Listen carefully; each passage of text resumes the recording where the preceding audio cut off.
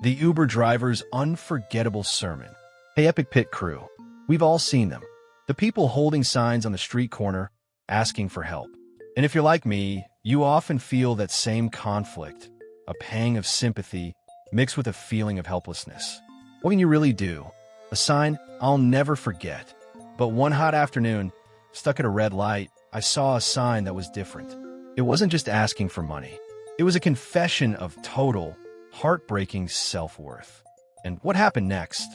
Well, it wasn't just an act of charity. It was an intervention led by the most unexpected person, my Uber driver, a philosopher king named Carlton, who delivered a sermon I think about to this day. This is that story. The city in late summer is a beast panting under a blanket of its own heat. The air shimmers above the asphalt, thick with the smells of exhaust, pretzel carts, and the faint, sweet decay of overstuffed garbage bins. My own little world was the chilled, sanitized interior of an Uber, a rolling tomb carrying me from one citadel of corporate ambition to another. I was spent. The week had been a marathon of spreadsheets and stakeholder meetings, and my soul felt like a wrung-out rag. All I wanted was the sanctity of my own apartment, the soft hum of my own refrigerator, and the blissful weight of my own silence. The driver, a man whose name flashed on the app as Carlton, was a stark contrast to my own muted exhaustion.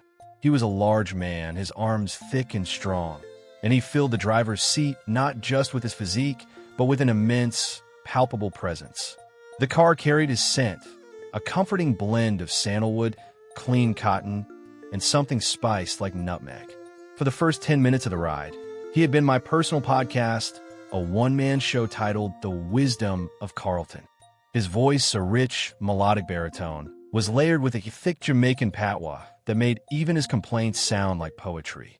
He spoke of the city's mayor with a sigh of disappointed fatherhood, and of the proper way to season oxtail with the solemnity of a high priest. His laughter, when it came, was a deep, rolling peal of thunder that seemed to vibrate through the very seats. People are in such a hurry to get nowhere, he mused, catching my eye in the rearview mirror. His own eyes were the color of dark honey, warm and crinkled at the corners. They rush to a box, to stare at a smaller box, to then rush home to a bigger box. Is a curious life, no? I could only offer a weary smile and a nod of agreement. He was a philosopher king, ruling his four-door kingdom with kindness and a steady hand on the wheel. It was at the junction of Fifth and Grand that the universe presented him with a new subject for his philosophy. The light turned red, a long one, and our car slid into a silent, shimmering convoy of metal and glass. The city's relentless energy was momentarily suspended, replaced by the impatient ticking of cooling engines and the distant wail of a siren. That's when I saw the figure moving through the stalled traffic. He was a man, perhaps in his late 40s, but life on the streets had a way of adding decades. His gait was a slow, painful-looking shuffle, each step a negotiation with the hot pavement. His jeans were stained and frayed, his jacket too heavy for the heat, a portable closet for all his possessions. His face was etched with a map of hardships, his beard a patchy, graying tangle. But it was the sign, a rectangle of battered cardboard held in his grimy hands, that made my breath catch.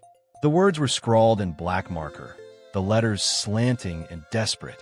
Too ugly to prostitute. No money for food. Please help.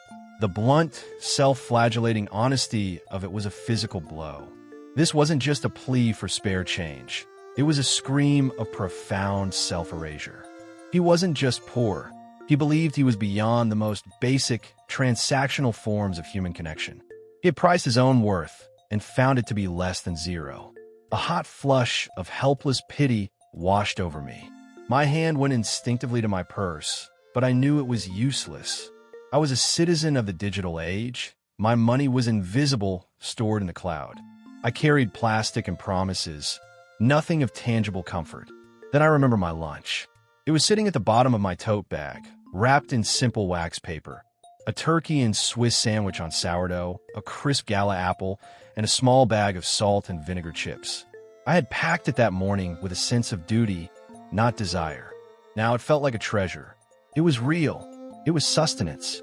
The man was 2 cars away, his eyes, a startling, clear blue that hinted at the person he might have been, darted from window to window, already braced for the inevitable dismissal, the averted gazes, the rolled-up windows.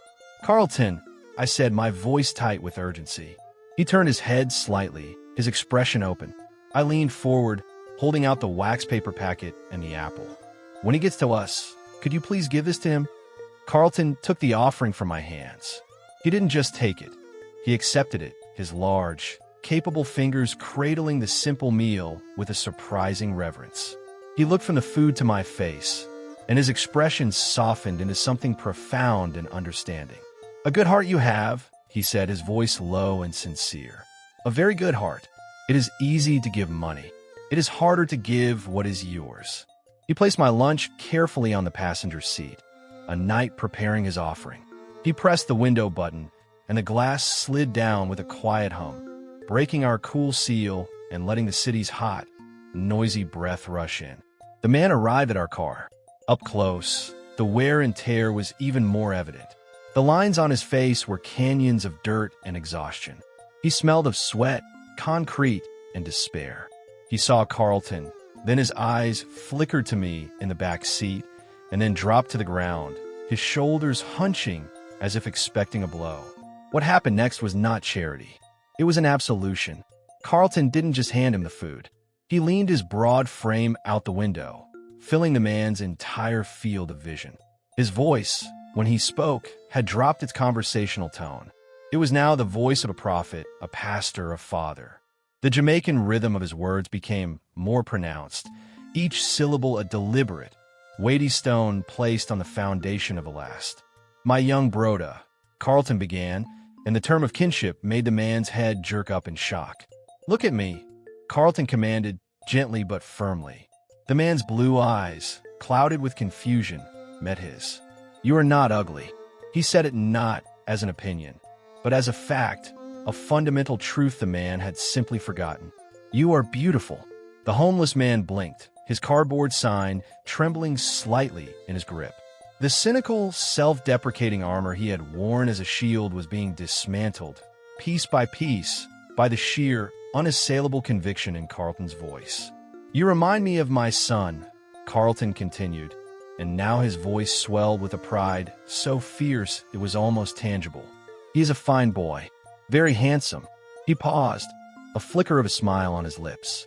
Like his father, he let that sit for a beat, the playful boast landing not as arrogance, but as pure, paternal joy.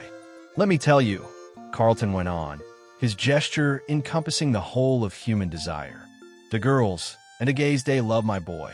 He said it with such definitive, inclusive authority that it was impossible to be offended. It was a simple statement of universal appeal. "I'm sure," he added, with a knowing, almost conspiratorial nod.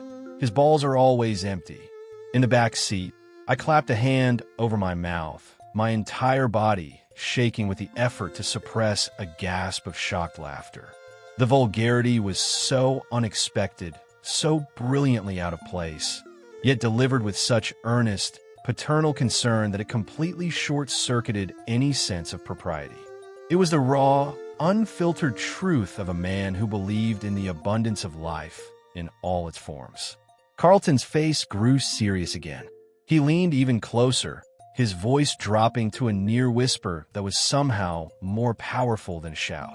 "You are not ugly," he repeated, his tone now firm, corrective. "Do you understand me? You are lying. To yourself. Stop telling yourself these lies." He then picked up my lunch from the passenger seat and pressed it into the man's free hand. It was no longer just my sandwich. It was a sacrament. "God bless you," Carlton said, his voice warm and final.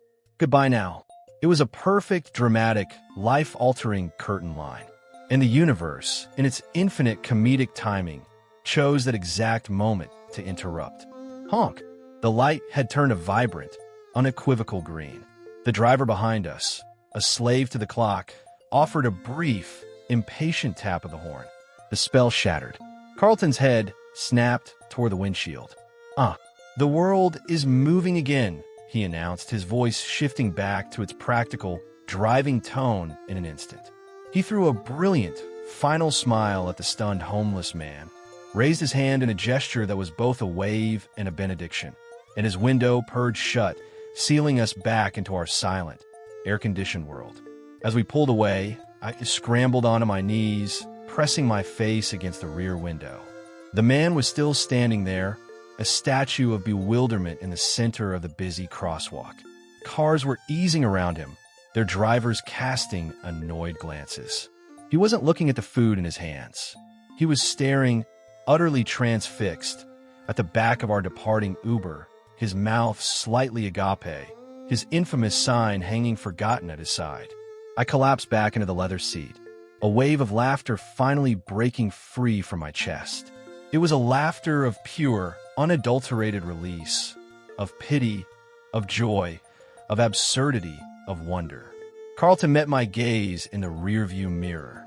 His honey-brown eyes were twinkling. "I think," I managed to say, my voice shaky with mirth, "that you had more to say." Carlton let out his own rumble of laughter, a sound that seemed to make the very car vibrate with joy. "Yes," he agreed, smoothly changing lanes. "There is always more to say. But Delight, she is a strict mistress. No time for the full monologue." He chuckled again, shaking his head. "But you see his face?" I think he heard the important parts. I think for today it was enough. We rode the rest of the way in a comfortable, awed silence. The city outside no longer felt like a draining beast, but a stage for small, unexpected miracles. Carlton had not just given the man a sandwich. He had handed him back a piece of his own soul. And I, a mere witness, felt like I had received a gift just as precious. And just like that, we drove off, leaving a bewildered man with a sandwich, an apple, and a completely rewritten self-image. I never saw Carlton or that man again, but that 6-minute Uber ride stuck with me more than almost any other. It was a masterclass in empathy, not the kind that just feels bad, but the kind that looks someone in the eye and refuses to believe the terrible story they're telling about themselves. So, EpicPit family, I have to ask you, what's the most unforgettable act of kindness you've ever witnessed or been a part of? Would you have had the courage to say what Carlton said?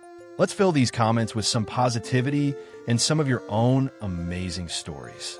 If this story reminded you that there's still plenty of good and hilarious people out there, then do me a favor and hit that like button and subscribe for more moments of unexpected humanity. Thanks for watching, and remember, you're not ugly. You are beautiful. God bless. Goodbye now.